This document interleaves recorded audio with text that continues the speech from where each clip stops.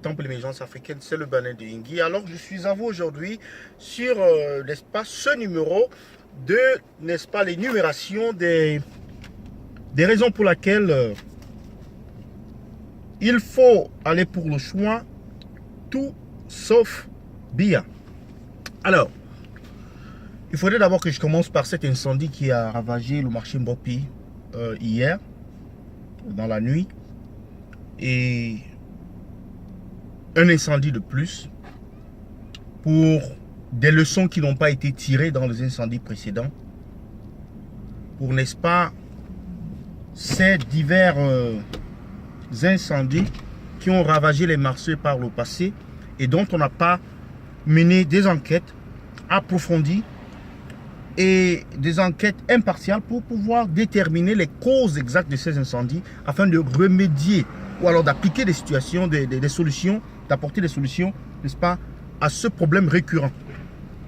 Alors, il y a ces incendies, il y a nos ordures, nos chères ordures qu'on trouve partout.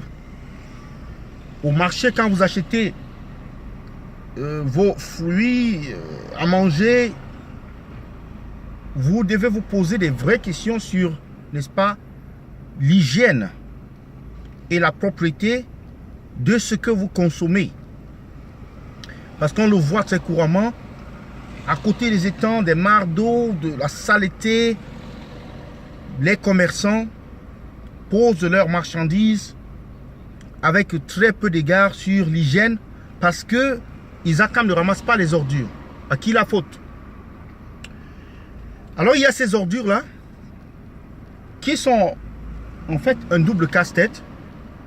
Parce que non seulement elles ont engendré l'épidémie du choléra dans les villes comme Douala et Yaoundé, et puis il y a également ces moustiques qui sont conducteurs du palu. Il faut parler aussi, n'est-ce pas, du manque d'eau.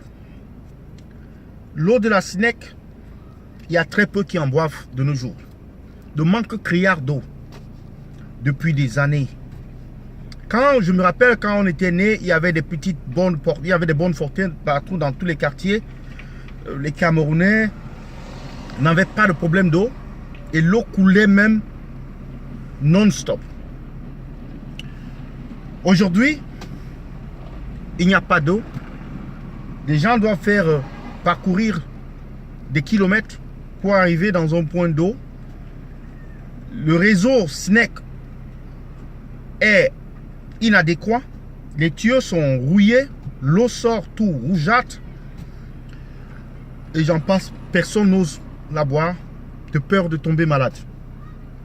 L'électricité. Voilà un pays qui a tout.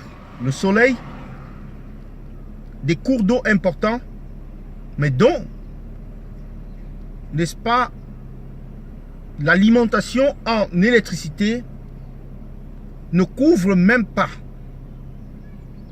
40%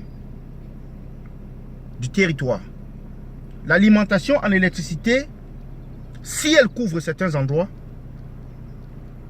les poteaux ne sont que là comme des statues, comme des je sais pas, comme des, comment on peut dire ça, comme des présentoirs, parce que ces poteaux-là,